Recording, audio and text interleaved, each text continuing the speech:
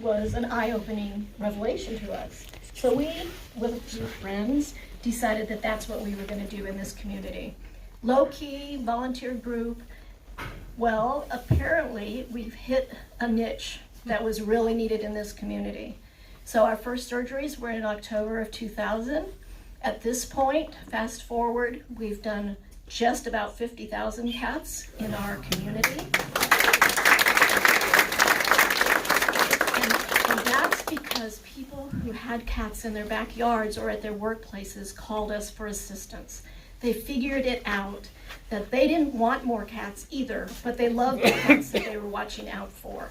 So currently we receive over 7,000 calls a year for assistance. And it's not only from those people that are feeding them and don't want more in their backyard, we also get calls from those people who don't want the cats at all in their backyard.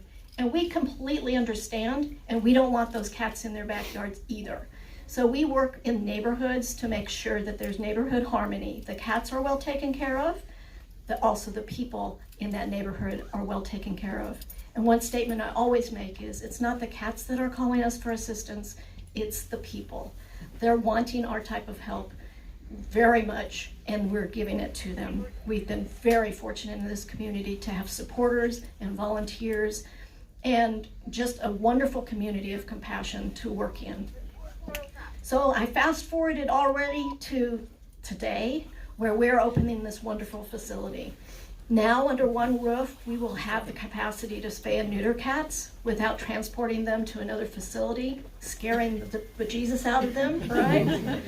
We'll also, for those very few, a small percentage of the cats come to us with extra medical needs. Maybe they need a wound cared for or a dental work done, or some treatment for an upper respiratory infection. Those cats will now be able to be treated here without moving them to a private vet clinic for that care, without traumatizing them further by that transport, or even having them have to stay with us longer waiting for that appointment. Likewise, an even smaller number of those cats can't go back outside humanely. They really have not done well outside. Perhaps they're in renal disease, or maybe they're a diabetic, and those cats should not humanely be put back outside. So we also have under the roof of this building a facility to house them so that they can spend their final days, months, years with us, or because I know that there are so many compassionate people in this community, people will be able to come to Metro Animal Services, and if they express an interest in a special needs cat or a hospice type cat, they'll be able to come to this facility, sit in a great patio, which I hope you have a chance to look at this after this event. Stay in our patio, sit with those cats, and decide that that's a challenge that they'd like to take on in their community. We could not have done this all under one roof if it hadn't been for the support, as I've already mentioned, of the citizens in this community, our donors, our volunteers, and those people taking care of the cats. But one of our largest supporters, I'm so honored to introduce now, is Mayor Greg Fisher. He is a person who can, in an elevator, tell a person riding in that elevator what trap, neuter, return is. And that is amazing. I'm doubting that there are lots of mayors in the country who can do that. So thanks very much to Mayor Fisher, and thank you very much for being here.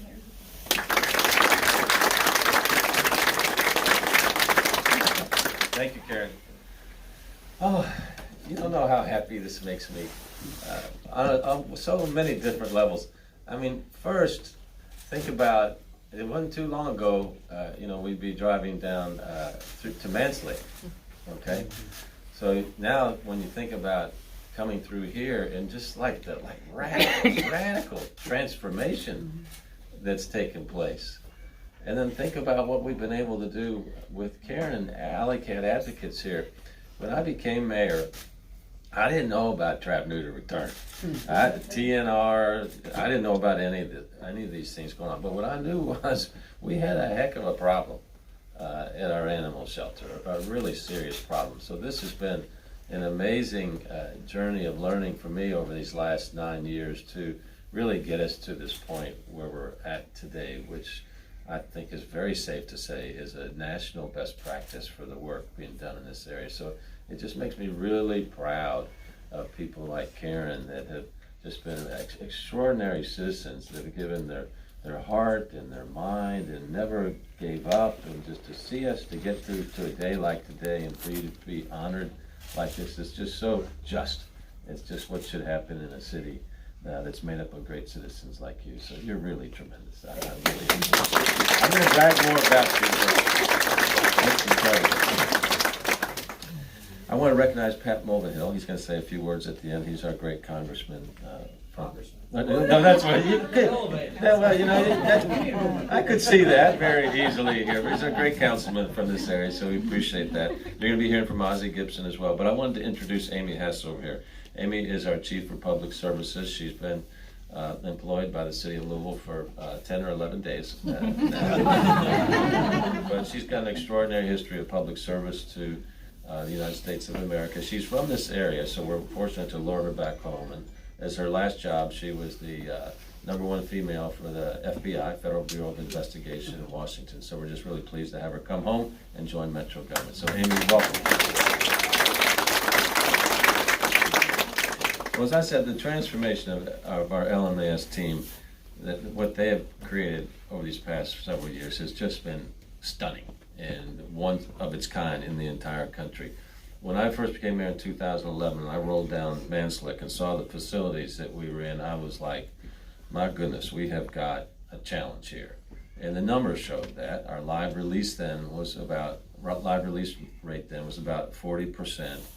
We had all types of compassion fatigue with our employees that worked at the shelter. I mean, these are folks that are called to this work, that have a special bond with animals, and when you only have a live release rate of 40%, and these folks are doing their best to keep these animals alive and get them adopted in the community and not get the kind of support that they needed to do it, was very, very, very difficult on our employees, much less the animals of the community as well.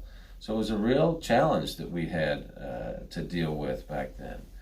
And so we only would have been able to pull out of that hole if we had great community partners.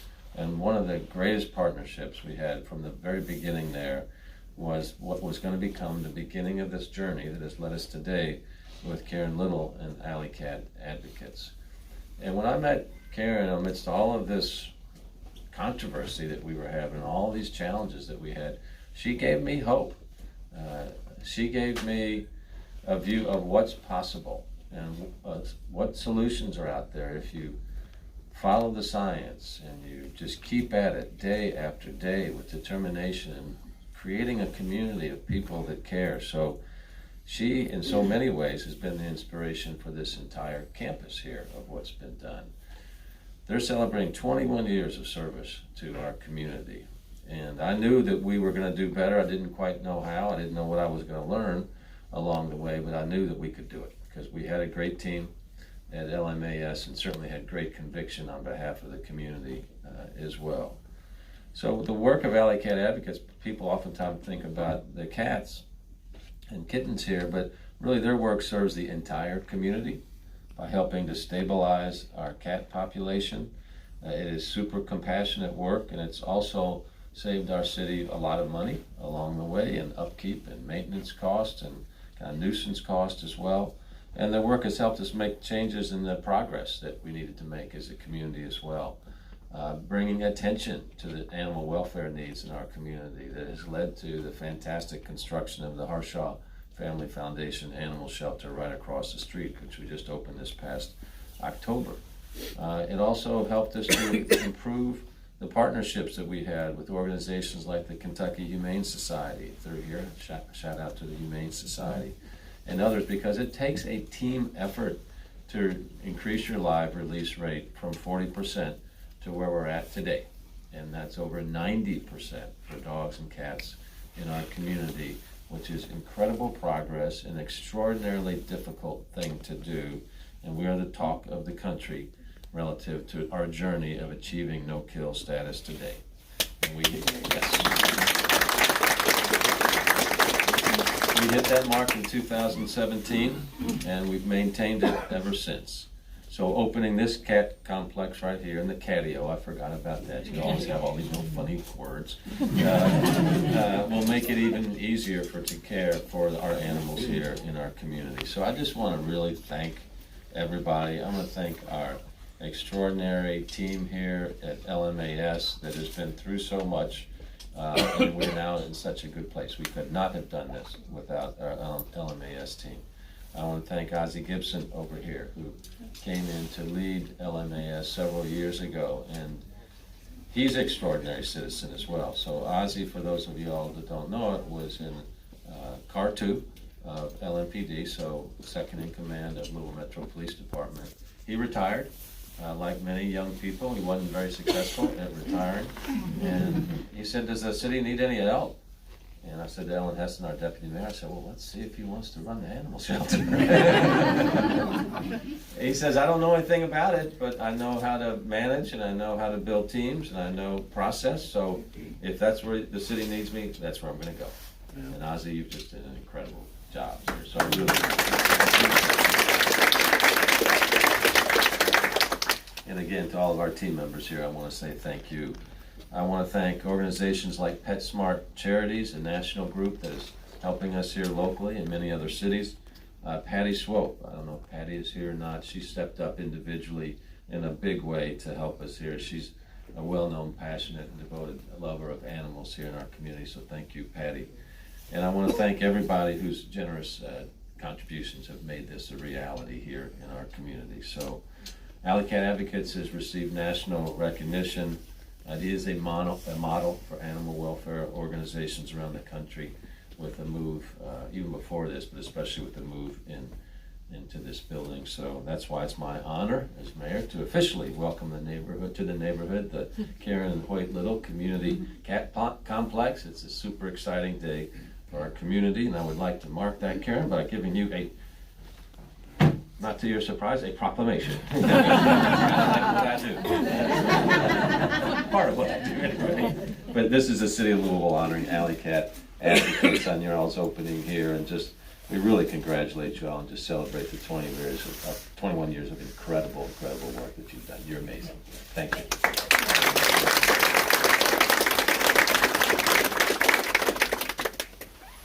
Pat, why don't you come up and say a few words? Please welcome Pat Mulvihill. Thank you, Mayor, and I too have sort of lived this, I guess, somewhat of a roller coaster with the mayor. I was on his staff in 2011 when things were sort of bleak, but it's been awesome to get to come here now to this campus over the last few years and just see the great transformation. And I was proud, along with Brandon Cohn, to get to sponsor the resolution that named this building for you and Hoyt, and it's a job well deserved.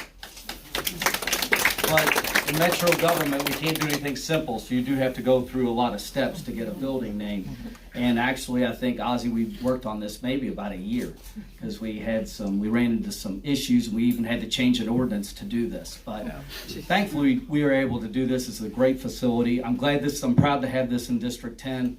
I hope I get to keep coming back out here for more grand openings. It seems like every year it's always a little bit cold, chilly, but we're getting new and beautiful assets. So I want to thank everybody who was able to make this possible, especially Karen and Hoyt, certainly the Wizard of Oz and his team, Mayor, you and your staff, when I was on it and when I wasn't on it. So, and the council is just thrilled to be a part of this as well. Thank you so much.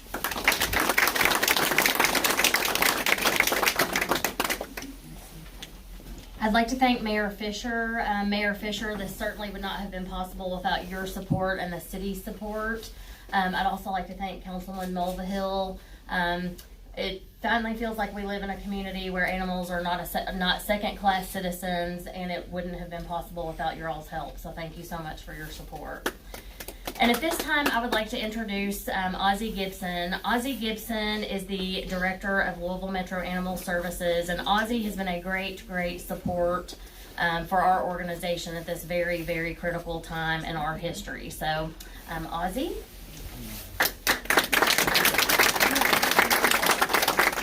All right. Worst thing about following everybody up is your speech. You might as well just tuck it away. Karen, would you say there's been a lot of bejesus along the way to get here? So that's a good word I'm going to start using. Bejesus. Karen's modest.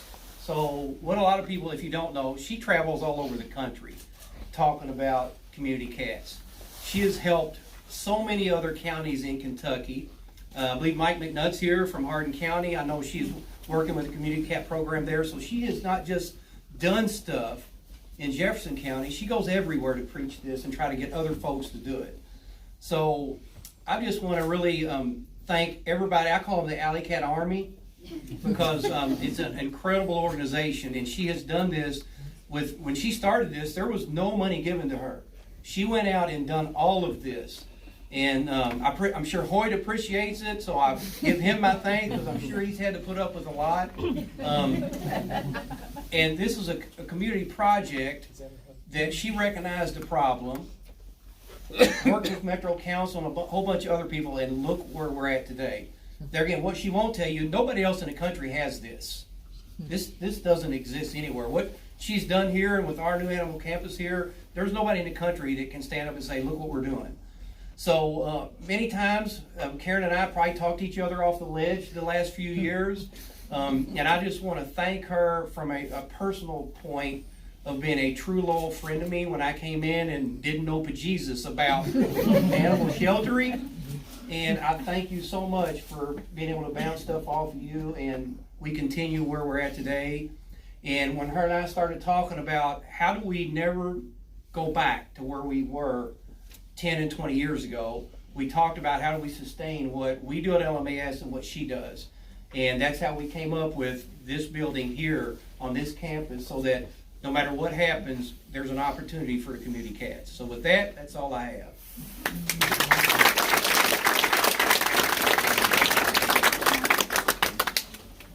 Thank you so much, Ozzy. Ozzy has really been a very true and loyal supporter. I cannot tell you how much work has gone into getting to this point, and Ozzy has been just a huge, huge support to our organization, and we couldn't have done it without you, Ozzy. Thank you so much. Without further ado, we're going to get this ribbon cutting underway. So if Tim is back there somewhere, Tim, oh, there you are. If y'all could bring our ribbon and our scissors.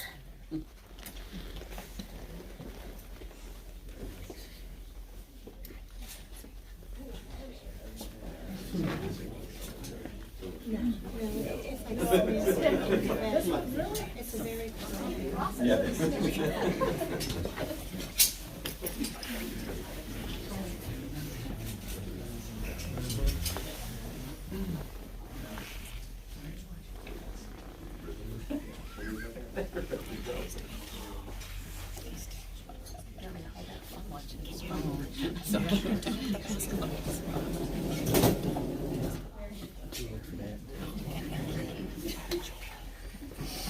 Needs a shot, so.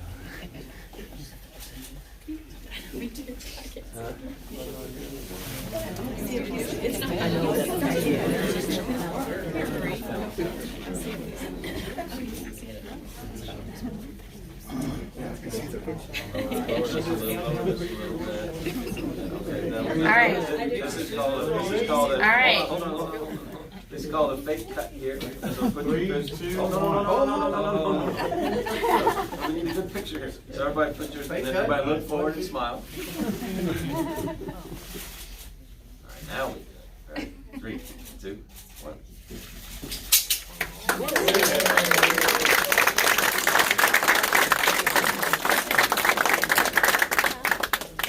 Thank you so much. We appreciate you being here for this ribbon cutting this afternoon or this morning.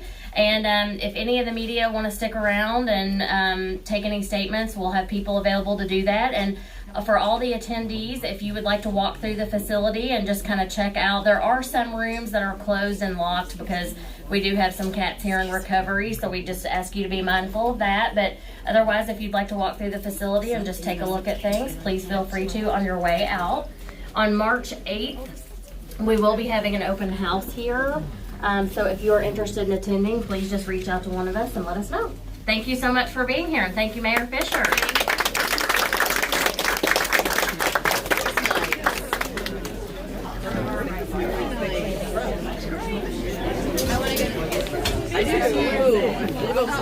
Can we go like back that way? Let's go back that way, maybe. Hey, how are you? Good, how are you? Good. I saw you and I was like, what's he doing here? No. I'm going to open the door and something funny, so I texted her. She's like, yeah, I'll get the ticket. I said, well, I'm driving, so I can't. She goes, what are you going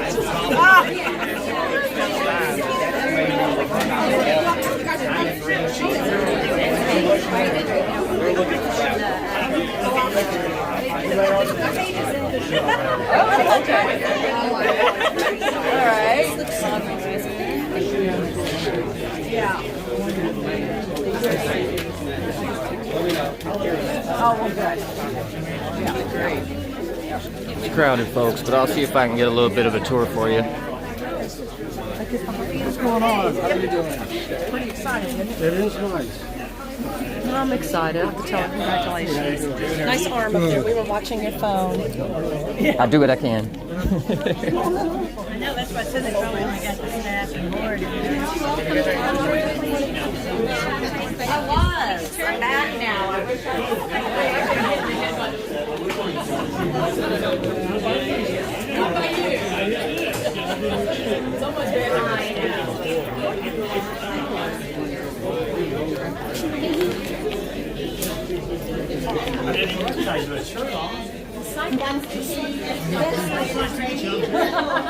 That little patient here, they get prepped for surgery, and technician look at the medical issue too to make sure while they're sleeping we don't have anything else to address.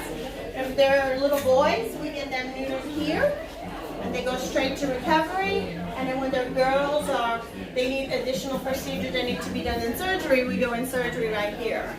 So this is just a big improvement to what we used to be able to do. We have been lucky to get some leftover equipment from the old shelter. So a lot of the things Make sure you guys see that on the tour.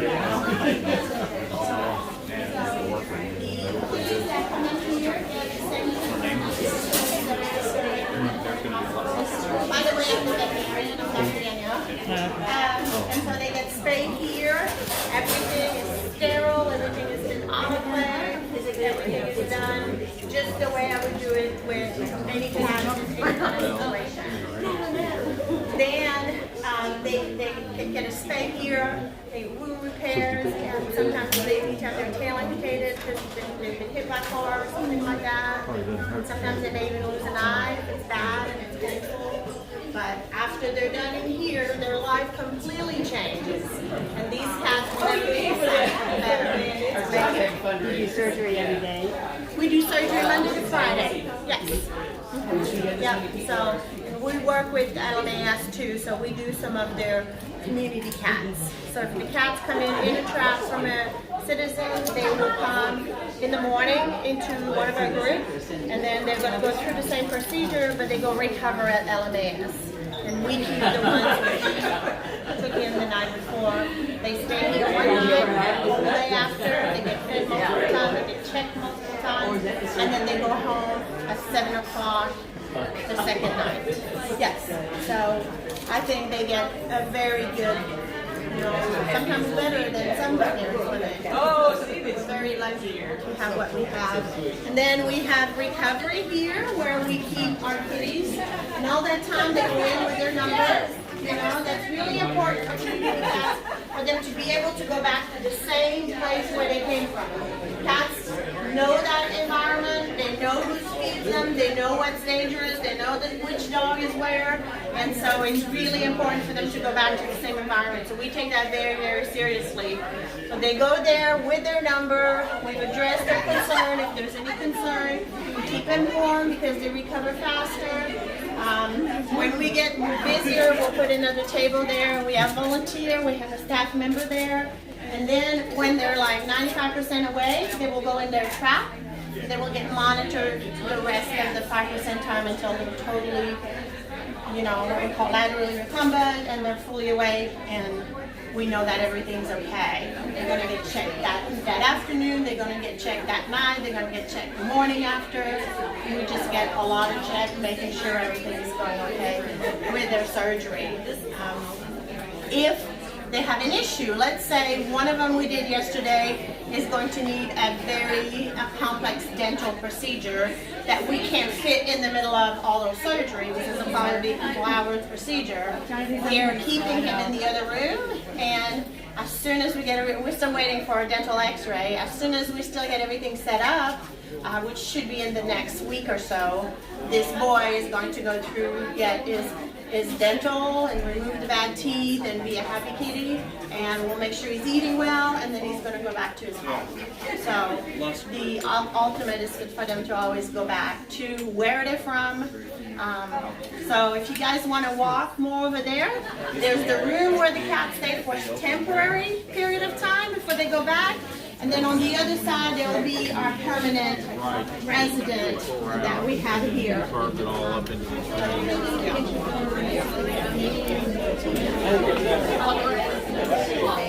the operating suites are back here. And up this conference room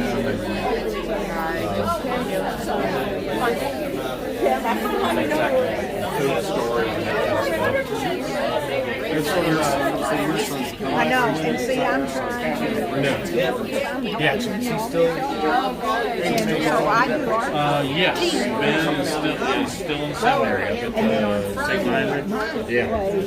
I do. No, my two, one's in town. I do 10 hours surgeries there. The other one's in the Air Force in Texas.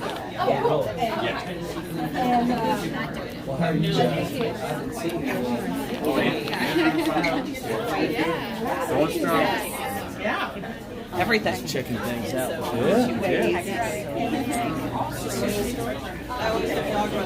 I'm like, I'll be down in Cave City picking up some dogs from Alabama. Follow the mayor.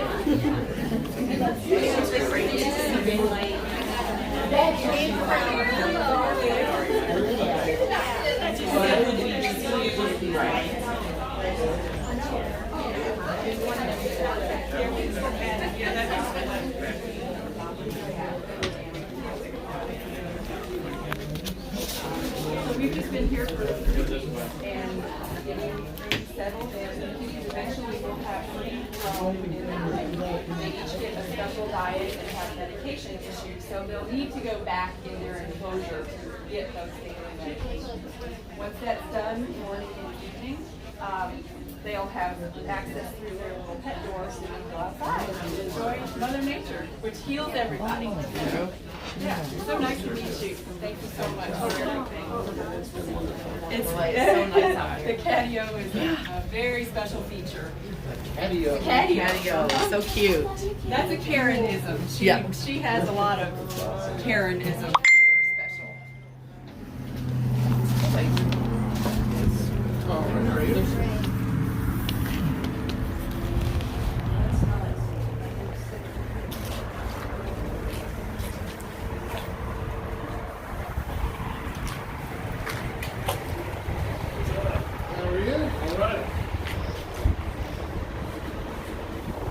This is the catio.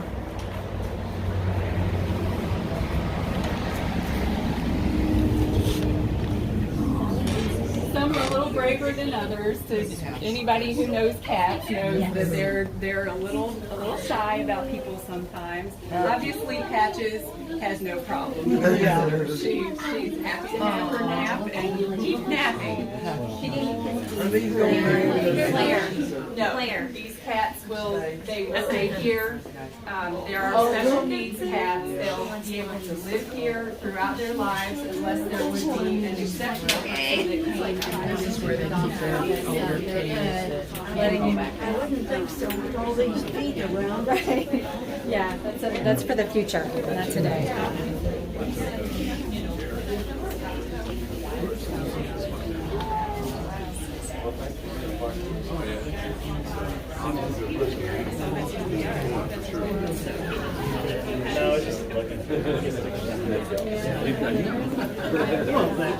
We all help each other.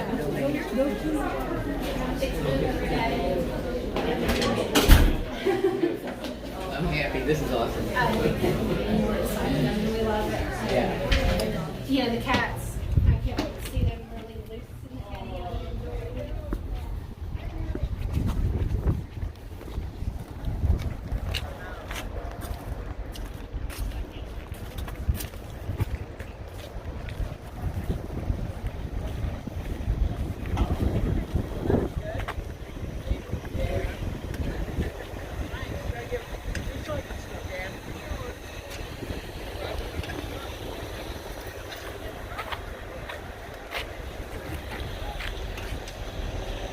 Alright everybody, thank you for joining me here today. It's the Alleycat Advocates ribbon cutting ceremony, press conference. Got a little bit of a tour in there. Multiple speakers, Metro Council. Mayor Fisher was there. Karen Little, of course, the head of Alleycat Advocates, spoke. I've been looking forward to this for a long time. I've been a supporter of Alleycat Advocates for over a decade. Amazing organization, volunteer run, just doing great work for TNR, Trap, Neuter, Return. They're basically the model for TNR around the country, and we just need to get this everywhere. So basically they are caring for our feral cats out in the community. We had a big problem here. They've helped with it a great deal. So thank you very much to Alleycats for doing that. Thanks for watching this, guys. I am independent media. To get the word out, I need likes, shares, comments, follows, so on and so forth. Click that bell. And just share this out for me, folks. That's how we spread the word. So as always, remember, always think critically. Thanks, guys. Talk to you later.